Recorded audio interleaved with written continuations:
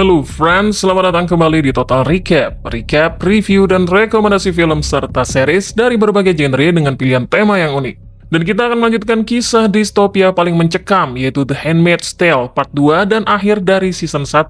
Silahkan tonton part satunya jika memang belum.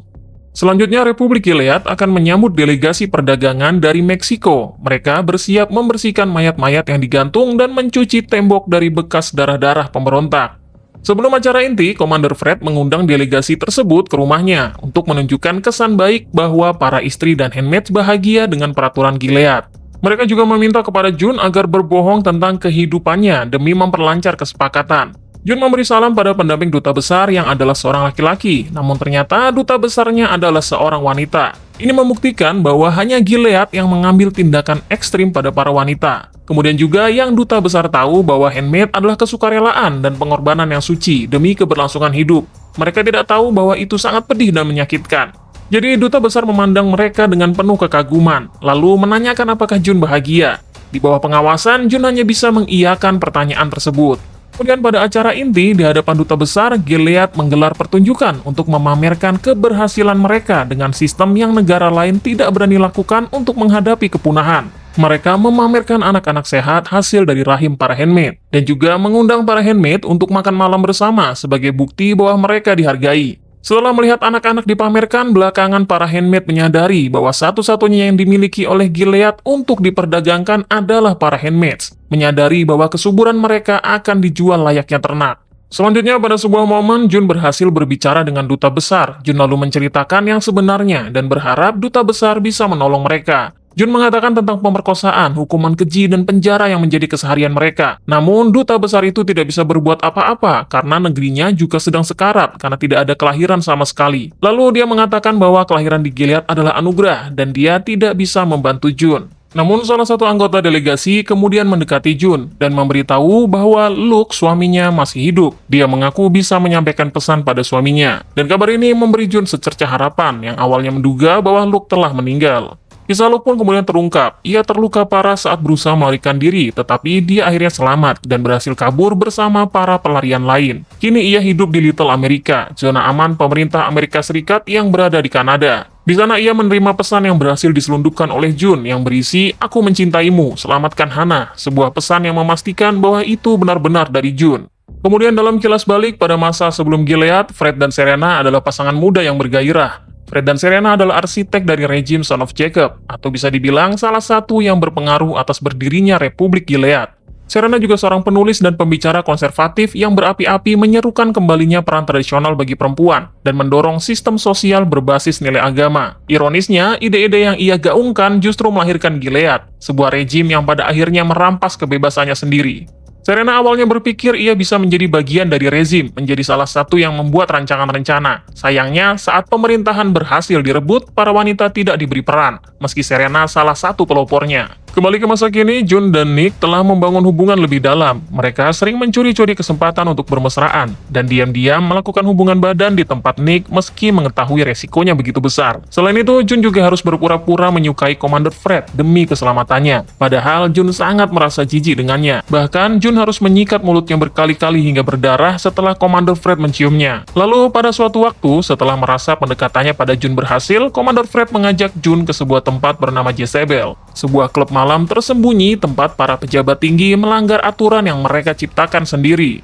Itu adalah tempat bagi para pejabat tinggi yang ingin menyetubuhi handmaidnya di luar seks seremoni yang kaku. Padahal seremoni adalah ritual yang mereka ciptakan sendiri, membuatnya terlihat sakral dengan balutan agama agar para istri menyetujuinya. Namun ternyata itu saja tidak cukup. Jadi Jezebel dibuat diam-diam, lalu menampung para wanita yang tidak berhasil kabur untuk dijadikan pelacur. Di tempat itu juga, June terkejut mendapati bahwa Moira masih hidup, karena selama ini digosipkan sudah mati karena tertangkap oleh tentara Gilead. Ternyata setelah momen perpisahan di stasiun itu, Moira tertangkap dan dipaksa melayani pejabat di tempat itu. Sementara itu, Janine yang kondisi mentalnya semakin rapuh sehabis melahirkan, dipindahkan ke keluarga baru dan harus mengikuti seks seremoni lagi. Tekanan itu terlalu berat baginya.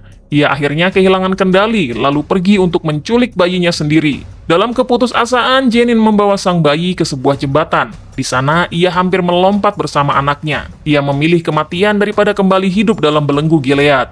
Jun kemudian dibawa untuk menenangkan Jaenin. Jaenin pun kemudian berhasil ditenangkan dan dia lalu memberikan bayinya kepada Jun. Namun kemudian dia melompat dari jembatan. Tapi Gilead tentu tidak akan membiarkannya memilih kematiannya sendiri. Jaenin pun akhirnya berhasil diselamatkan dari sungai. Sementara Komander Warren, ayah dari bayinya, juga mendapat hukuman dengan dipotong tangannya karena ketahuan menjalin hubungan rahasia dengan handmaid-nya di luar seremoni. Kemudian Jun menjadi semakin ingin terlibat dengan gerakan Mayday. Meski awalnya tidak dipercayai oleh handmaid lain yang juga bagian dari Mayday, akhirnya Jun mendapat tugasnya sebagai bagian dari pergerakan, yaitu untuk mengambil sebuah paket ke Jezebel dari seorang bartender bernama Rachel. Jun pun kemudian merayu Fred agar mau membawanya kembali ke Jezebel. Rayuan Jun pun akhirnya berhasil dan mereka kembali lagi ke Jezebel. Namun, Jun tidak punya kesempatan untuk menemui Rachel, karena Fred langsung membawanya ke kamar untuk bermesraan. Namun, kesempatan akhirnya datang saat Fred mengundang Moira ke kamarnya, karena berpikir Jun tertarik pada Moira. Jun lalu meminta bantuan Moira untuk mengambil paket tersebut dan mencari cara untuk mengirimkannya padanya. Meski awalnya menolak, namun beberapa hari kemudian Jun menerima paket dari Moira lewat tukang daging di supermarket. Jun lalu menyembunyikan paket tersebut di balik bak mandinya.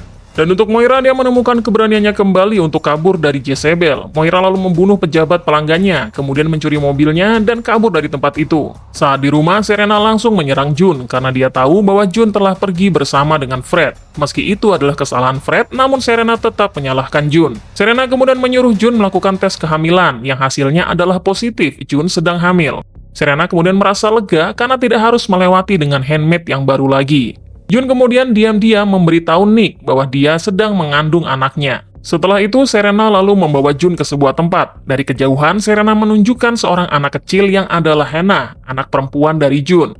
Namun, Serena tidak membiarkan Jun keluar dari mobil, sengaja untuk menyiksanya. Serena lalu mengancam Jun bahwa jika bayi dalam kandungan Jun kenapa-napa, maka dia juga bisa melakukan hal itu pada Hannah. Serena benar-benar bersikap kejam, sehingga membuat Jun begitu marah dan memaki Serena dengan semua perkataan yang dilarang oleh Gilead.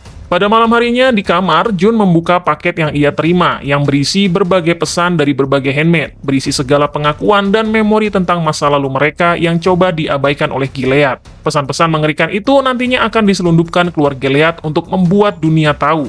Jun membaca semuanya, bahwa nasib mereka ternyata semua tidak jauh berbeda. Selanjutnya, setelah perjalanan panjang, Moira berhasil menembus perbatasan Kanada. Di sana, dia kemudian bergabung dengan pengungsi lain dan bertemu dengan Luke, suami dari Jun.